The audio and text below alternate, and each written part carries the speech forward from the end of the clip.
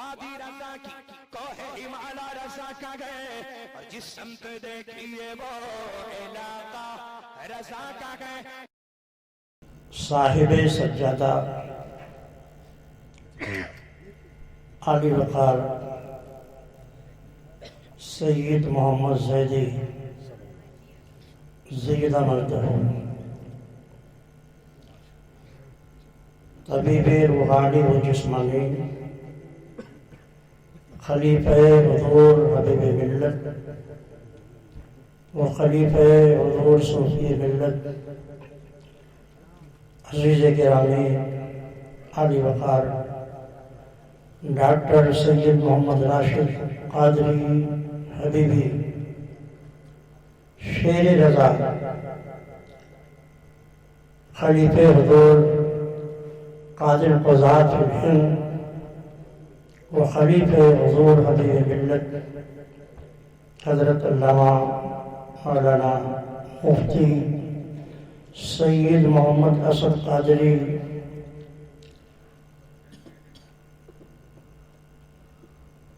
مناظر اہل سنت عزیز گرامی مفتی غلام ربانی نادش علم فن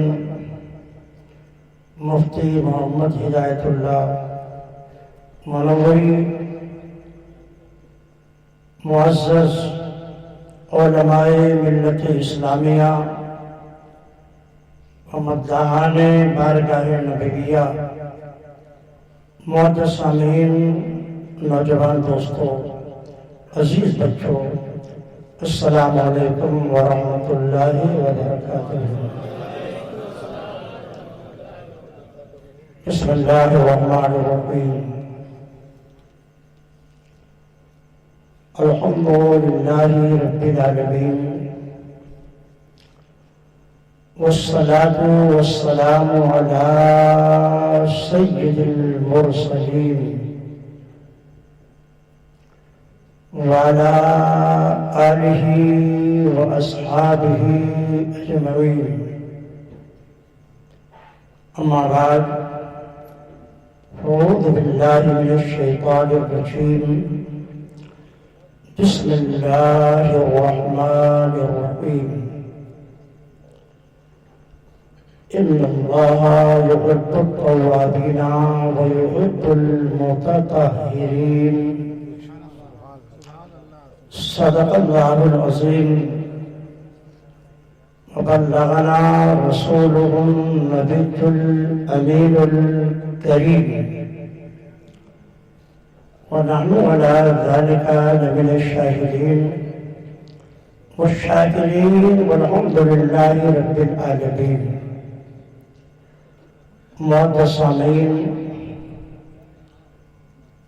مناظر اہل سنت خطیب ذی وقار حضرت علامہ مولانا نیاز احمد صدیقی شیخ الحدیث و پرنسپل مدرسہ گلشن علم بحریہ، اور اس سے پہلے ایک بڑی شعلہ بار تقریریں آپ سماعت فرما چکے ہیں. اللہ تعالی خطیب اہل سنت حضرت علامہ مولانا نیاز احمد صدیقی کی عمر میں برکت عطا فرمائے، اور میرے عزیز ڈاکٹر سید محمد راشد قادری اور شیر رضا حضرت علامہ مفتی اسد قادری ان کی عمر میں بے پناہ برکت عطا فرمائے. ہم سب سے پہلے زیدی خاندان کو یہ مبارکباد دینا چاہتے ہیں کہ پروردگار عالم نے آپ ہی کے خاندان پہ دو ایسے چشمہ چراغ جو متسلط اور نہایت سختی سے مسلک اہل حضرت جو مسلک حق ہے اس پر یہ حضرات نہ صرف قائم ہیں بلکہ ان کی اسی سختی کو دیکھ کر بہت سارے الہ آباد کے مولوی ان سے حسد اور بغض رکھتے ہیں۔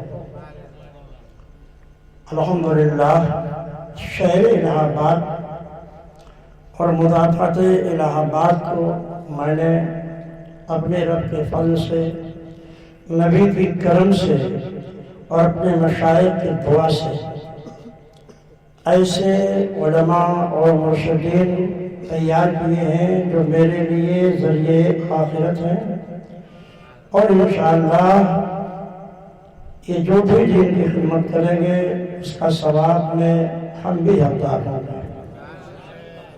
صوفی ملت اللہ ان کے قبر کو انوار و برکات سے معمور فرما دے۔ یہ الحمدللہ ہماری محنتوں کا ثمرہ ہے۔ مناظر سنت حضرت مولانا کمال الدین اکمل نوری اور خطیب ذیشان حضرت علامہ مولانا نیاز احمد صدیقی، الحمدللہ یہ میرے محنتوں کا نتیجہ ہے۔ اور زیدی خاندان پر خاص طور سے اپنے عزیز جناب محمد عزیز محمد سعید محمد صاحب کو مبارکباد دیتے ہیں کہ آپ نے عزیز گرامی مولانا محمد اسد کو کانڈلی سے چھوڑا کر میرے حوالے کیا۔ الحمدللہ انہوں نے بڑی محنتوں کا کاوش کی، اور اب کا فضل ہوا، مشائخ کا کرم ہوا، وہ اس لائق ہو گئے کہ اب آپ کے پورے خاندان کی طرف سے وہ مذہبی، اسلامی اور اہل سنت و جماعت کی بہترین رہنما ثابت ہو گئے انشاءاللہ۔ میری دعا ہے کہ زیدی خاندان سے ایسے افراد ہمیشہ پیدا ہوتے رہیں جو مسلک اور دین کا کام بحسن و خوبی انجام دیتے رہیں۔ معزز سامعین، تقریریں تو آپ ہمیشہ سنتے ہی رہتے ہیں اور میں آپ کے لیے کوئی نیا نہیں ہوں۔ آج اس بزم کے قیام کا جو مقصود ہے وہ آپ کو ایک ذمہ داری کا احساس دلانا ہے۔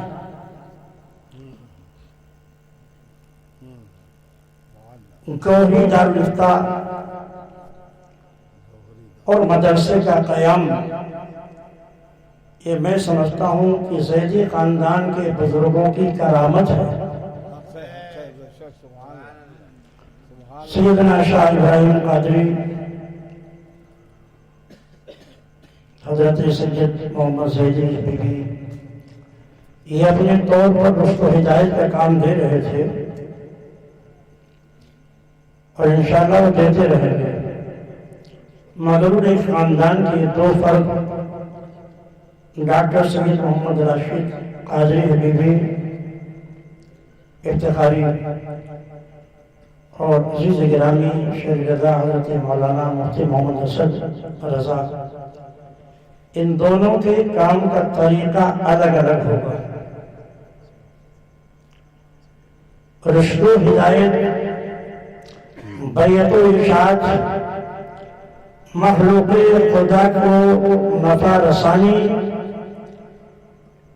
یہ کام پیر طریقت رہبر شریعت علی وقار جناب ڈاکٹر سید محمد راشد قادری انجام دیں گے، اور پورے اس علاقے کی دینی ضرورتوں کی تکمیل، مدرسے کی نگرانی، مدرسے کی نظامت، اس کی دیکھ بھال اور دارالافتاء کے ذریعے سے اس پورے علاقے کے دینی اور ضروری مسائل کو حل کرنا، یہ عزیز گرامی ڈاکٹر سید، عزیز گرامی مفتی سید محمد اسد رضا قادری کی ذمہ ہوگا۔ اسی مناسبت سے میں نے خطبہ مسونہ کے بعد جو آیت کریمہ پڑھی ہے اس کا ایک جز خانقاہ سے متعلق ہے اور دوسرا جز مدرسے سے متعلق ہے۔ تھوڑی دیر اس پر گفتگو کرنے سے پہلے آئیے پھر مراد مل کر عقائد و جہاں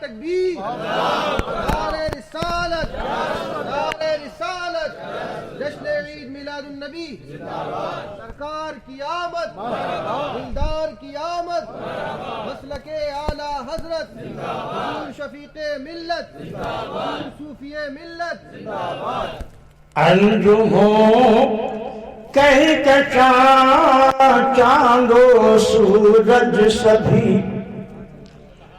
انجموں کہہ کشا چاند و سورج سبھی، طلعت مصطفیٰ دیکھتے رہ گئے، اور طالب سدرا پرواز توحید بھی، طائر سدرا پرواز توحید بھی، رفعت مصطفیٰ دیکھتے رہ گئے، رفعت مصطفیٰ دیکھتے رہ گئے،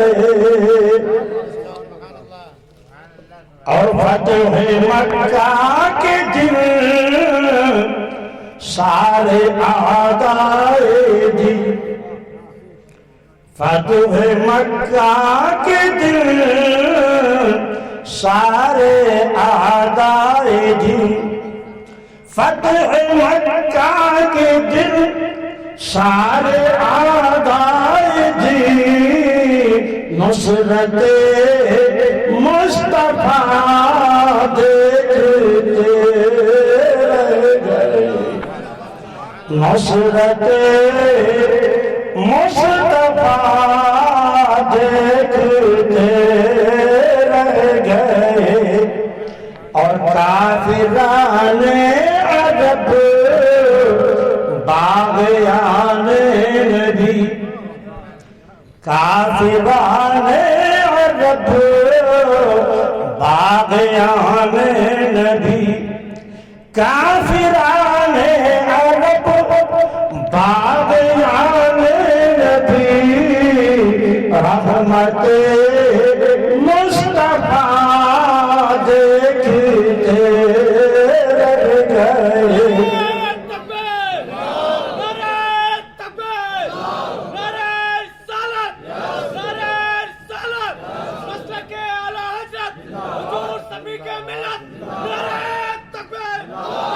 کافران عرب باغیان نبی، رحمت مصطفیٰ دیکھتے رہ گئے، فارس و روم کے سارے ہی حکمران، فارس و روم کے سارے ہی حکمران، شوکت مصطفیٰ دیکھتے رہ گئے، شوکت مصطفیٰ دیکھتے رہ گئے، سورہ وقعہ پڑھ کے جبریل بھی، صورت مصطفیٰ دیکھتے رہ گئے۔ معزز سامعین، دنیا میں کل دنیا، کل عالم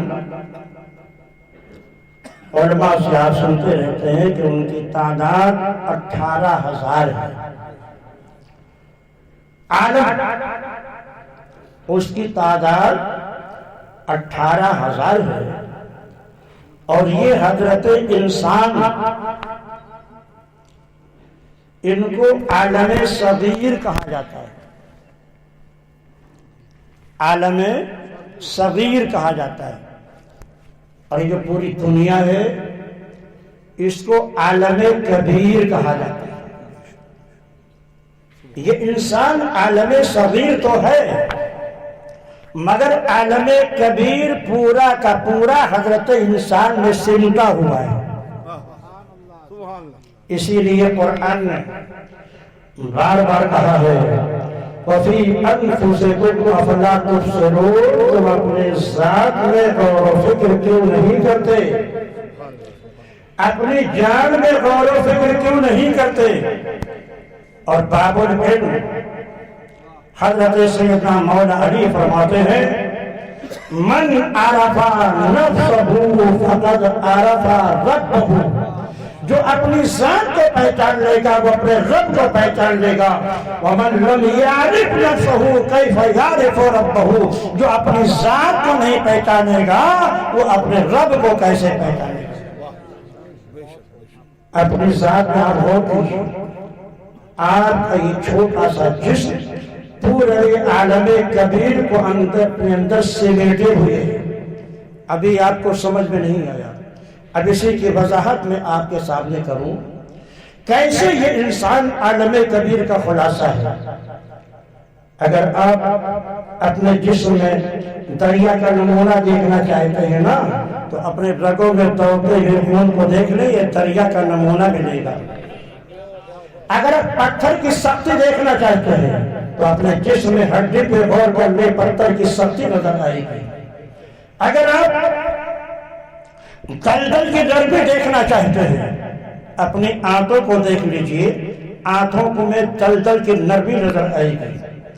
کسی شہنشاہ کو دیکھنا ہے دل کو دیکھیے، کسی وزیر کو دیکھنا ہے دماغ کو دیکھیے، کسی سپاہی کو دیکھنا ہے اپنے ہاتھوں کو دیکھیے، اور کسی سواری کو دیکھنا ہے تو اپنے پیروں کو دیکھیے، جنگل کو دیکھنا ہے سر کے بالوں کو دیکھ لیجئے۔ ابھی یہ وقت نہیں کہ میں آپ کے بالوں میں چن کر کے بتاؤں کہ دیکھو اس میں جنگلی جانور موجود ہے یا نہیں۔ تو آپ عالم صغیر ہیں اور عالم کبیر کا خلاصہ ہے۔ اپنی ذات میں آپ غور کریں گے رب کی معرفت بڑھتی چلی جائے گی۔ یہ جو خانقاہ قائم ہے، یہ خانقاہ زیدی، خانقاہ افتخاری قادری، ان کے قیام کا مقصد یہ ہے کہ انسان کو اس کی ذات کو پہچاننے کا شعور دے دیا جائے۔ اس لیے میں نے جس آیت مقدسہ کی تلاوت کا شرف حاصل کی، اس میں دو باتوں کا ذکر ہے۔ اِنَّ اللَّهَ يُحِبُّ التَّوَّابِينَ، اللہ بے شک محبوب رکھتا ہے ان مجرموں کو، خطا کاروں کو، گنہگاروں کو جو اس کی بارگاہ میں صدق دل سے توبہ کر لیتے ہیں۔ اللہ ان مجرموں کو، ان خطا کاروں کو، ان گنہگاروں کو محبوب فرما لیتا ہے جو اس کی بارگاہ میں صدق دل سے اپنے گناہوں کا توبہ کر لیتے ہیں۔ وَيُحِبُّ الْمُتَطَہِّرِينَ، اور اللہ ان بندوں کو محبوب رکھتا ہے جو اپنے جسم کو پاکیزہ رکھتے ہیں۔ معزز سامعین، توبہ اور طہارت، توبہ کا منبع، مخزن، مرکز خانقاہ ہوتی ہے اور طہارت کا مرکز مدارس ہوتے ہیں۔ اسی کو مختصر لفظوں میں یوں کہا جاتا ہے کہ پینا ہے تو خانقاہ میں چلے آؤ اور پڑھنا ہے تو مدرسے میں چلے آؤ۔ مبارکباد دیتے ہیں سیدی خاندان کو جنہوں نے مسلمانوں کی دونوں ضرورتوں کو پوری کی۔ گناہوں سے توبہ کرنا ہے، خانقاہ میں آ جاؤ۔ اپنے جسم کو طیب و طاہر بنانے کا طریقہ ہے تو مدرسے میں آ جاؤ، ہم نے تمہارے لیے دونوں انتظام کر دیا ہے، دل کی صفائی کا بھی اور جسم کی صفائی کا بھی۔ خانقاہوں کے قیام کا مقصد خالی دعا تعویذ کرنا نہیں ہے، خانقاہوں کے قیام کا مقصد خالی جھاڑنا اور پھونکنا نہیں ہے، خانقاہوں کے قیام کا مقصد خالی عورتوں کا دمگھٹا لگا لینا نہیں ہے، خانقاہوں کے قیام کا مقصد ہے روحانیت کی دولت عطا کر دینا، اور مدارس کے قیام کا مقصد ہے شریعت کا رہبر بنا دینا۔ مبارکباد دیتے ہیں ڈاکٹر راشد اور سید محمد حسن رضا کو کہ آپ نے اس علاقے کے مسلمانوں کے لیے دونوں ہی چیزوں کا انتظام کر دیا، خانقاہ قیام کر دیا تاکہ دلوں کی صفائی ہو جائے، اور مدرسے کا قیام کیا آپ نے تاکہ قرآن و حدیث پڑھ کر صحیح طریقے سے لوگ اپنے جسموں کو پاکیزہ بنانے کا طریقہ سیکھیں۔ توبہ۔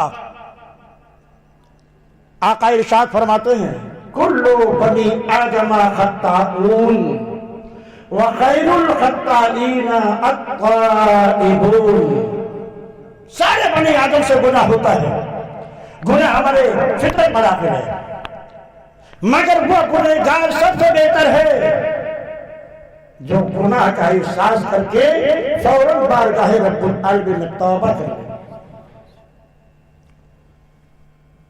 حضرت مولا علی سبحان اللہ علم کے دروازے ہیں، شہر علم کے دروازے ہیں، اب ان کی روایت سنو ایمان تازہ ہو جائے گا۔ حضرت سیدنا مولا علی ارشاد فرماتے ہیں میرے آقا امام النبیین سید المرسلین رحمت للعالمین نے ارشاد فرمایا آدم کی تخلیق سے 4000 سال پہلے عرش آدم پر پروردگار عالم نے لکھ دیا کہ کتنا ہی بڑا گنہگار و مجرم و خطا کار کیوں نہ ہو، اگر وہ صدق دل سے میری بارگاہ میں توبہ کر کے ایمان و عمل کی اصلاح کر لے گا تو بے شمار گناہوں کو اپنے رحم و کرم سے پاک کرے گا۔ میرے آقا آپ کے درد میں ہمیشہ روتے رہتے تھے، راتوں کا قیام امت کے لیے، مغفرت کے لیے اتنا زبردست قیام پیارے مصطفیٰ کرتے تھے کہ بخاری شریف کی روایت ہے حتی تورمت قدمہ، پیر مبارک ورم آ جاتا تھا، ماریات اللہ تشققت قدمہ ہو، یہاں تک کہ پیر مبارک تھکنے کے قریب ہو جاتے تھے۔ وہ تو معصوم تھے، ان کو اتنی عبادت کی ضرورت کیا تھی؟ آپ کے درد میں پیارے مصطفیٰ راتوں رات رویا کرتے تھے اے اللہ میری امت کو بخش دے، اے اللہ میرے امت پر رحم و کرم فرمائے۔ ایک دن پیارے مصطفیٰ اسی رنج و غم میں بیٹھے ہوئے تھے، اے اللہ میری امت کو گنہگار ہے، خطا کار ہے، مجھے اپنی امت کی فکر ہے، رب العالمین کے محبوب ہے، اللہ تعالیٰ نے فوراً جبریل کو بھیجا میرے محبوب کا یہ درد یہ رنج مجھے گوارا نہیں ہے، جاؤ میرے محبوب کو مدعا سناؤ۔ سنو نبی رنجیدہ ہوئے تمہارے غم میں، اللہ تبارک و تعالیٰ نے طاہر سدرہ حضرت جبریل کو بھیجا، جاؤ جبریل پہلے میرے محبوب کی بارگاہ میں میرا سلام کہہ دو۔ جبریل آتے ہیں، پیارے مصطفیٰ کی بارگاہ میں حاضر ہوتے ہیں، عرض کرتے ہیں یا رسول اللہ آپ کا رب آپ کو سلام کہہ رہا ہے۔ ابھی علماء بیٹھے ہیں نا، علماء کو عاجز کرنے کے لیے کچھ لوگ سوال کرتے ہیں، جب رب کا سلام پہنچا نبی پر تو نبی نے جواب کر دیا، بھئی ہم آپ کو کہتے ہیں السلام علیکم، آپ کہتے ہیں وعلیکم السلام ورحمۃ اللہ وبرکاتہ۔ تو اللہ نے جب نبی کو سلام بھجوایا تو نبی نے کیا جواب دیا؟ تو علماء لکھتے ہیں کہ نبی رب کے سلام اور اس کی حمد و ثنا بیان کرتے تھے۔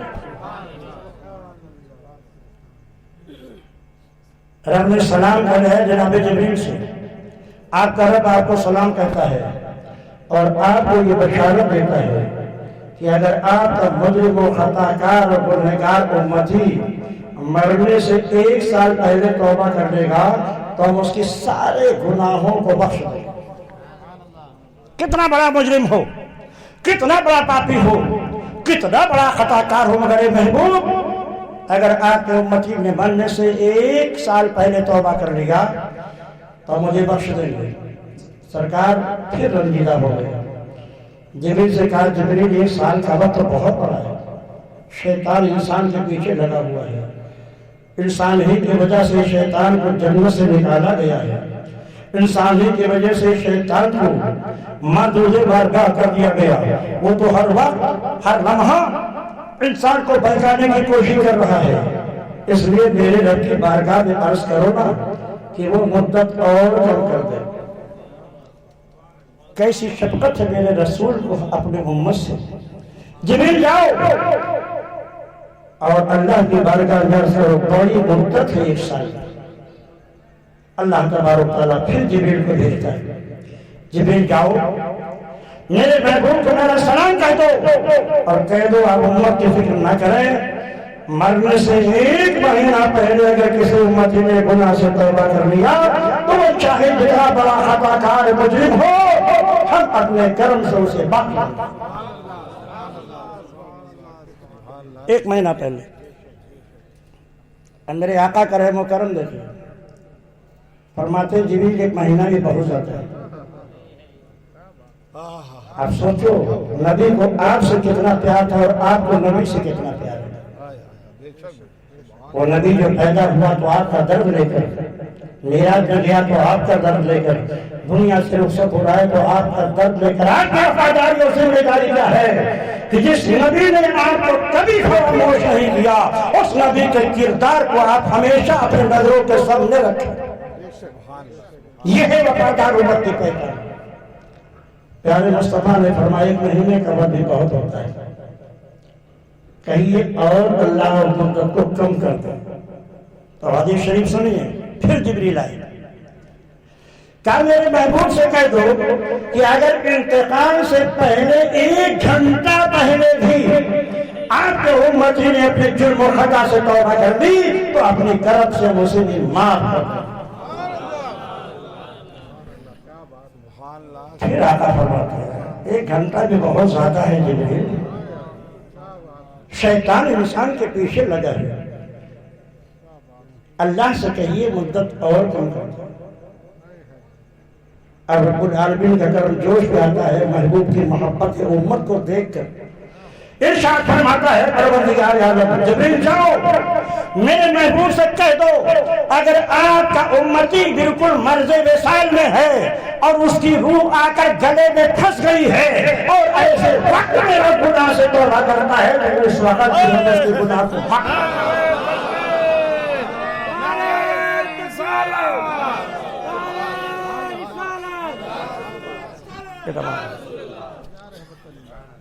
یہ روایت مولا علی کی ہے اور اب حضرت فاروق اعظم کی روایت سے حضرت فاروق اعظم ارشاد فرماتے ہیں کہ میں اپنے نبی کے ساتھ ایک انصاری صحابی کے عیادت کے لیے گیا۔ اب تو ہمارے مسلمانوں نے عیادت بھی چھوڑ دیا ہے۔ اللہ تعالیٰ مسلمانوں کے کردار میں انقلاب پیدا کیا، ہم نبی کے کردار سے دور ہو رہے، اس لیے آج ہم ذلیل و خوار ہو رہے ہیں۔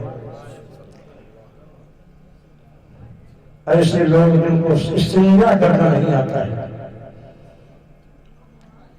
ایک لوٹیا لے جا کر کے اور استنجا کرتے ہیں، وہ نبی کے غلاموں کو چھیڑ نہیں کرتے ہیں، نبی کے غلاموں پر ظلم لاتے ہیں، ہماری مردوں کے چھیننے کی بات کرتے ہیں، مدرسوں پر ظلم و ستم ڈھا رہے ہیں۔ وہ جانتے ہیں کہ اسلام کا مضبوط قلعہ مسجدیں ہیں، خانقاہیں ہیں، مدارس ہیں، انہیں تباہ کر دو مسلمان خود ہی تباہ ہو جائے گا، صرف نام کا مسلمان رہ جائے گا۔ اس لیے اب آپ کی ذمہ داری ہے کہ اپنے خانقاہوں کو بھی آباد کرو، اپنے مدرسوں کو بھی آباد کرو اور اپنے پیشانی سے اپنے خدا کے گھر کو بھی آباد کرو۔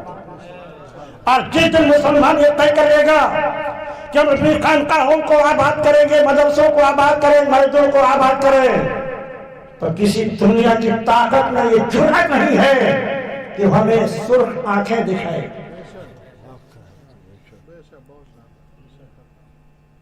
اس لیے مسلمانوں جلسے بہت ساری کوئی آپ کبھی بڑی سنیں آپ ضرورت ہے آپ کی زندگی میں انقلاب پیدا ہونے کی. جو اپنے خانقاہوں سے، جو اپنے مدرسوں سے، جو اپنی مسجدوں سے آپ کو گمراہ کرنے کے لیے ٹی وی ایجاد کر دی گئی، آپ کو گمراہ کرنے کے لیے موبائل ایجاد کر دیا گیا.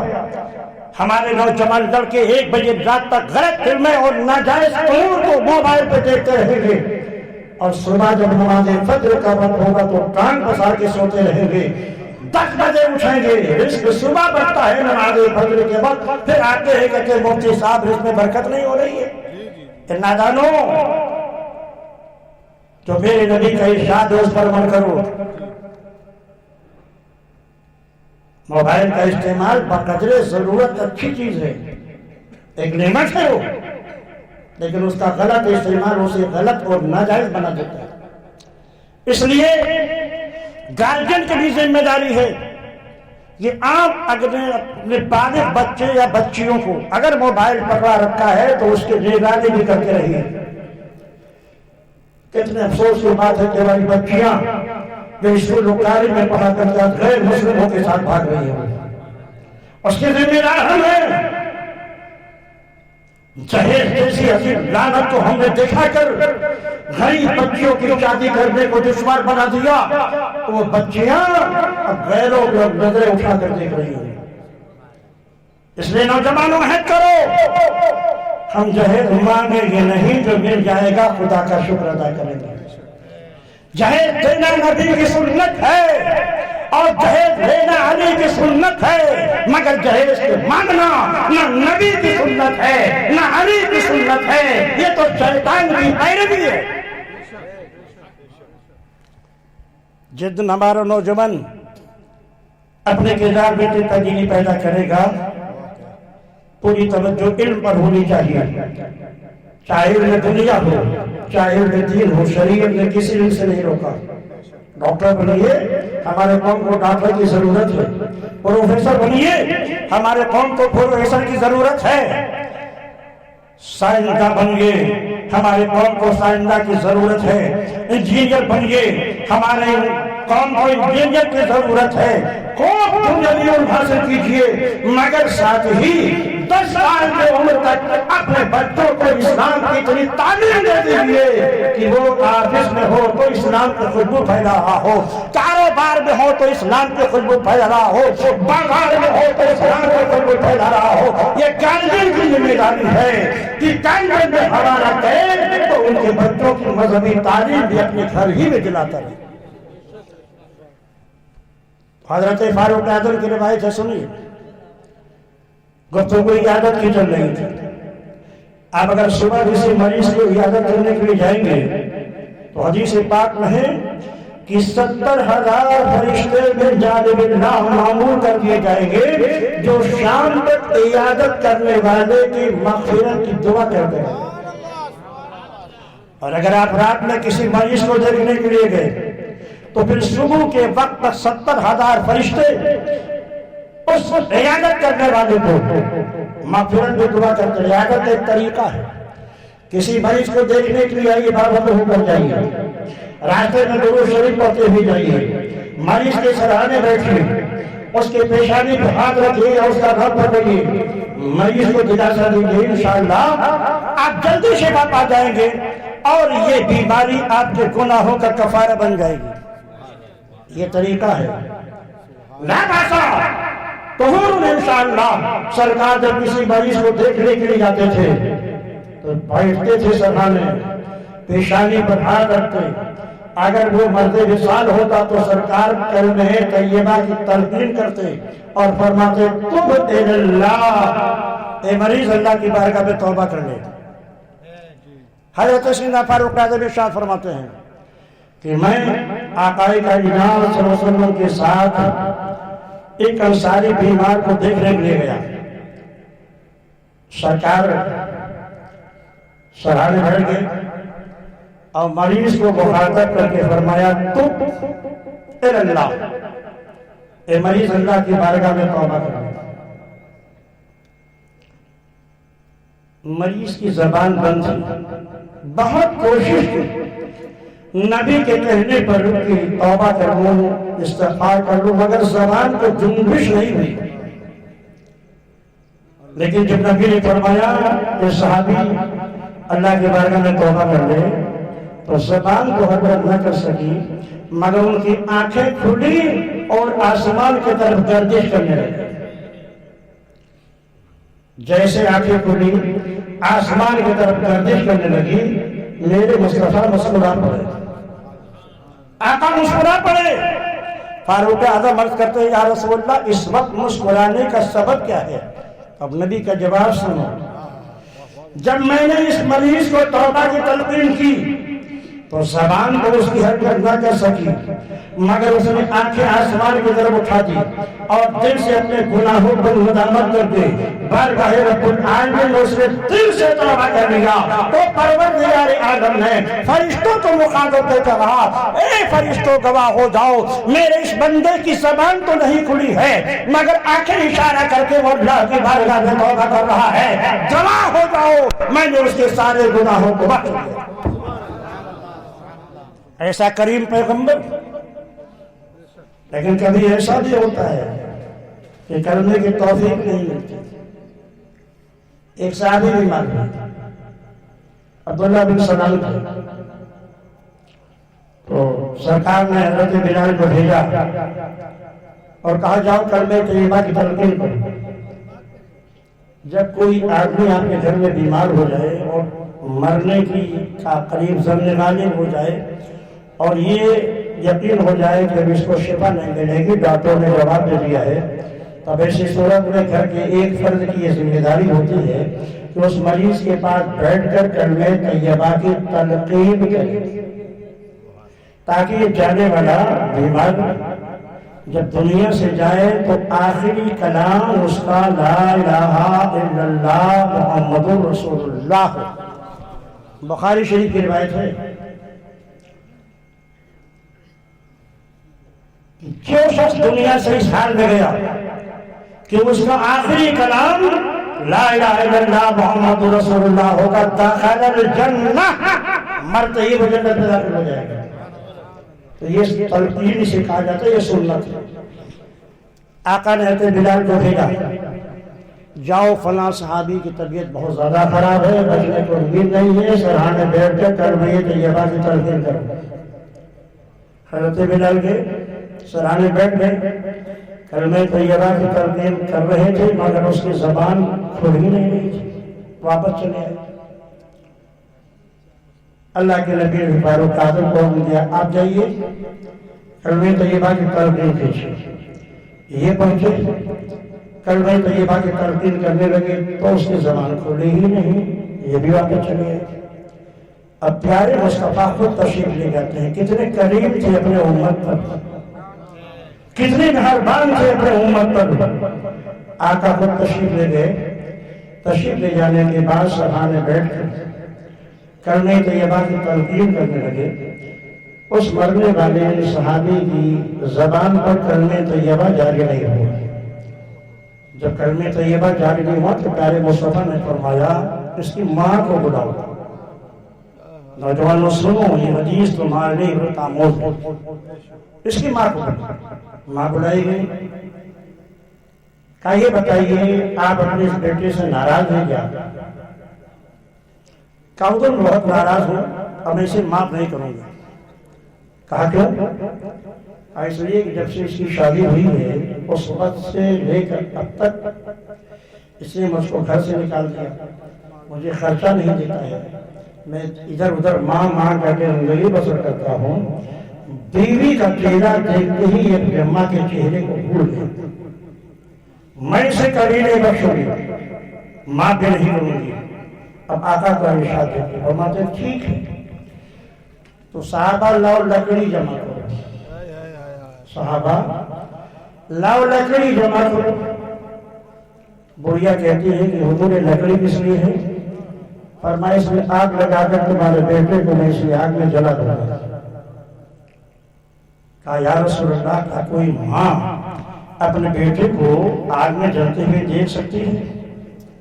آقا ارشاد فرماتے تو بتاؤ جب تم اپنے بیٹے کو دنیا کی آگ میں جلتے ہوئے نہیں دے سکتی تو کیسے تم معاف نہیں کر رہی ہو؟ معاف نہیں کرو گی تو جہنم کے بھڑکتے ہوئے چولہے میں تمہارے بیٹے کو ڈال دیا جائے گا۔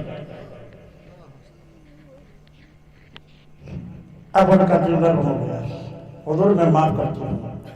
جیسے ماں نے معاف کیا اس صحابی کے زمان پر جاری ہوا لا الہ الا اللہ محمد رسول اللہ۔ نوجوانوں، ماں اور باپ کو ناراض کرنے والوں، یہ خالی حق الابدی نہیں، حق اللباس بھی، حق اللہ بھی ہے۔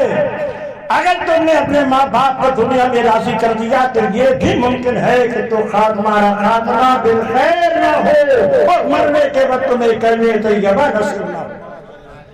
اس لیے دنیا میں اپنے ماں باپ کو راضی رکھو، اور ماں باپ کو بھی شریعت کا حکم ہے یہ کہ کبھی اپنے بچوں کو بد دعائیں نہ دو، اس لیے کہ ماں اور باپ کی بد دعا بھی رکھتی ہے اپنے اولاد کے حق میں اور اس کی دعا بھی رکھتی ہے۔ ماں باپ دعا دیں گے اس کی زندگی بن جائے گی، ماں باپ بد دعا دیں گے اس کی زندگی برباد ہو جائے گی۔ اس لیے کبھی بھی اپنی اولاد کو کوسنا نہیں چاہیے۔ ممکن ہے یہی وقت بارگاہ الہیت میں قبولیت کا ہو اور تم کوسو اور تمہارا بچہ اسی پریشانی مبتلا ہو کر کے مر جائے تو زندگی بھر تم دفع افسوس ملتے رہو۔ عزیزان محترم، حضرت فاروق اعظم کی اس روایت سے بھی یہ پتا چلا کہ توبہ آخر وقت میں بھی اللہ قبول فرما لیتا ہے، نہ صرف قبول فرماتا ہے بلکہ حدیث پاک میں ہے التائب من الذنب کمن لا ذنب لہ، جس نے صدق دل سے توبہ کر لیا ایسا پاک و صاف ہو گیا جیسے اس نے گناہ ہی نہ کیا۔ آدمی جب کسی زمین پہ گناہ کرتا ہے تو وہ زمین اس کے گناہ کا گواہ بن جاتی ہے۔ جب آدمی کسی انسان کے سامنے گناہ کرتا ہے تو وہ انسان اس کے گناہ کا گواہ بن جاتا ہے۔ جب انسان کوئی گناہ کرتا ہے تو کرامت کاتبین بھی اسے نام اعمال میں گناہ لکھتے ہیں، مگر حدیث سے پتہ چلتا ہے کہ اگر صدق دل سے آدمی توبہ کر لے تو اللہ زمین سے گناہ کے نشان کو مٹا دیتا ہے، انسان کے دماغ سے گناہ کے نشان کو مٹا دیتا ہے، کرامت کاتبین کے نام اعمال سے گناہ کو مٹا دیتا ہے۔ اس لیے صدق دل سے اپنے گناہوں سے توبہ کرو گے، رب العالمین کی رحمت آپ کو اپنے رحمتوں میں چھاپ لے گی۔ تو یہ توبہ کرنے کا جو مقام ہے وہ ہے یہ خانقاہ۔ کبھی کوئی گناہ ہو گیا ہو زیدی صاحب پاس چلے آئیے، گناہ ہو گیا ہو ڈاکٹر سید محمد راشد کے پاس چلے آئیے، گناہ ہو گیا ہو سید مفتی حسن رضا قادری کے پاس آ جائیے، گناہ ہو گیا ہو مولانا نیاز صدیقی کے پاس آئیے، حضرت ہم اللہ کی بارگاہ میں اتنا بڑا گناہ ہو گیا توبہ کرنا چاہتے ہیں، آپ میرے توبہ کا گواہ ہو جائیے، ممکن ہے کہ پروردگار عالم اپنا کرم فرما دے۔ تو یہ خانقاہ اس لیے قائم کی جا رہی ہے کہ جو مجرم و خطاکار ہیں، جو گنہگار ہیں، انہیں ایک ایسا مرکز مل جائے کہ جہاں پر ان کے گناہوں سے توبہ کرا کے ان کو گناہوں سے پاک و صاف کیا جائے۔ قابل مبارکباد ہے ڈاکٹر سیدی، اللہ آپ کے عمر میں برکت دے، اللہ آپ کے فیضان میں برکت دے، اللہ آپ کے وقت و ہدایت میں برکت دے کہ آپ نے اس علاقے کے مسلمانوں کے لیے ایک ایسا مقام بنا دیا ہے کہ اگر ان سے خطا سرد ہو جائے گی تو آپ کی بارگاہ میں آ کر وہ توبہ کر کے بیعت توبہ کریں۔ بیعت میں دو طرح ہوتی ہے، ایک بیعت اسلام ہوتا ہے، ایک بیعت توبہ ہوتی ہے۔ اس وقت جو مرید و پیر ایک دوسرے سے مرید و بیعت کرتے ہیں یہ عموماً بیعت توبہ ہے۔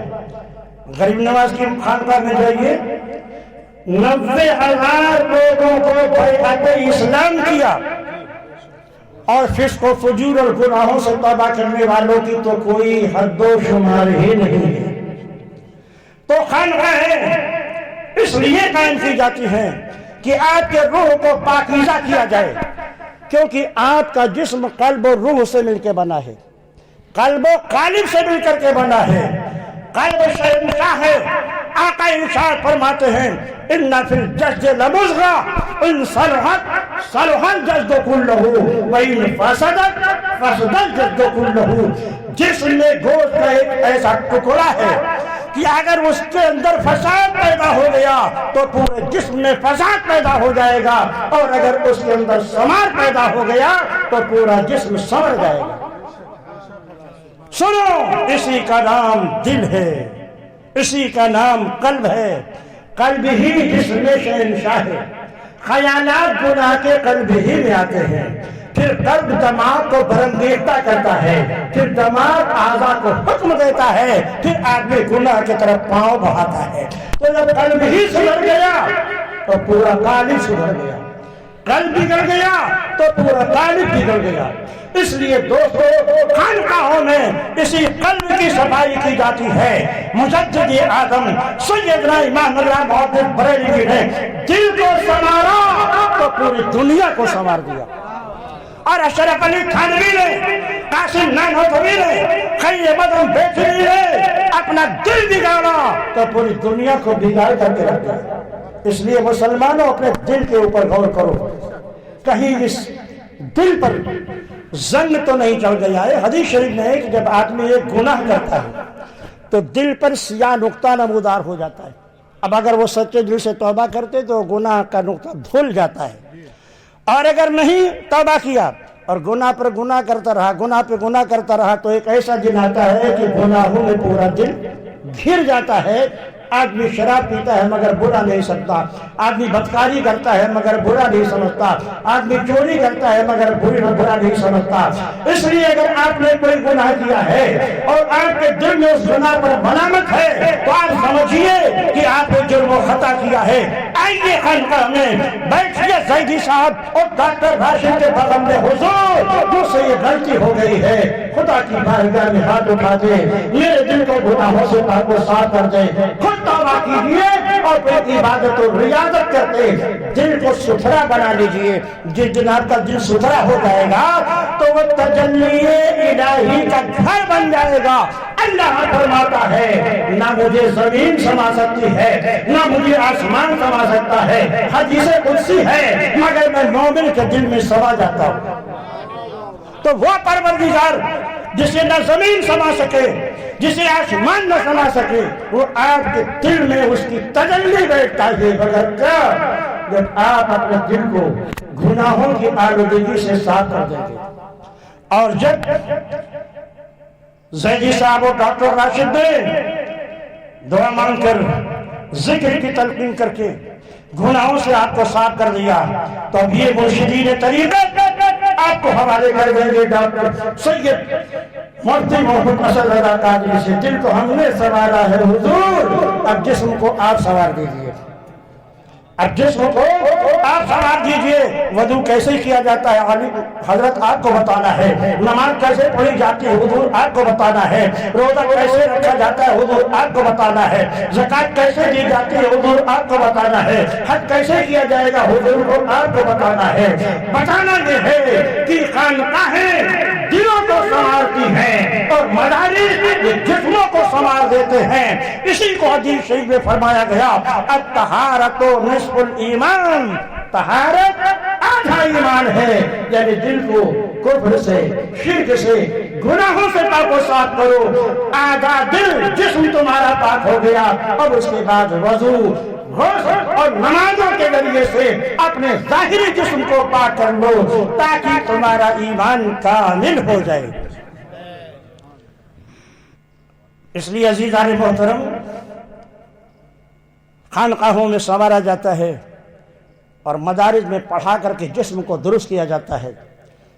ہم قابل مبارکباد ہیں زیدی خاندان کے لوگ جنہوں نے اپنے 2 فرزندوں کو اس کام کے لیے تیار کر دیا. اور بہت ذمہ داری کے ساتھ میں بول رہا ہوں، سید مفتی اسد قادری محنت کر کے پڑھائے انہوں نے، خالی وقت نہیں گزارا ہے. الحمدللہ ان کی دینی خدمت کو اور مسلکی آدھار پہ تسلط کی وجہ سے وہ سارے مولوی جو صلح کلیت کے حامی ہیں نا، ان سے حسد رکھتے ہیں. اور میں نے سمجھا دیا ہے صرف اللہ کا خوف، رسول کا خوف ہونا چاہیے. مولانا مسلک پر آپ سختی سے قائم رہیں. خاندان کا بھی کہ اگر کوئی فرد مسلک سے ہٹتا ہے اس سے آپ اپنا قطع تعلق کر لیں، اس لیے کہ تعلق کے لیے رشتہ ایمان ضروری ہے، رشتہ خون کی کوئی ضرورت نہیں ہے.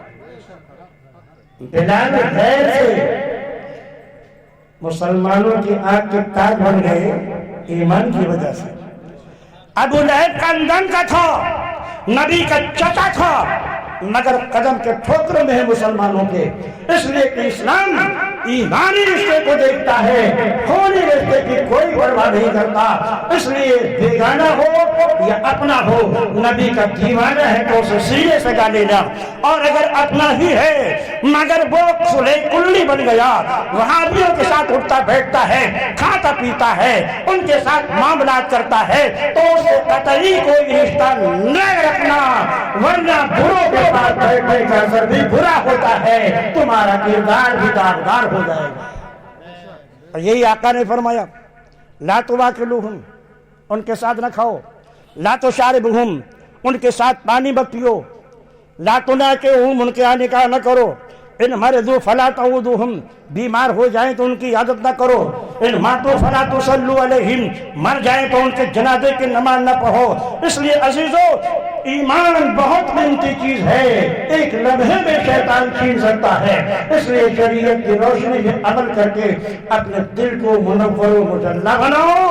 خانقاہ قادری افتخاری حبیبی زندہ باد، ڈاکٹر سید محمد راشد زندہ باد، مفتی سید محمد اسرار قادری زندہ باد، محترم جناب محمد زیدی صاحب زندہ باد، خاندان زیدی کا ہر پر زندہ باد. اے اللہ یہ جوہری دارالفتہ اور یہ مدرسہ اور یہ خانقاہ، اس کا فیضان عام و تام فرما دے اور اس کے چلنے کے لیے غیر اسباب کا دروازہ کھول دے. وما علینا الا البلاغ. کھڑے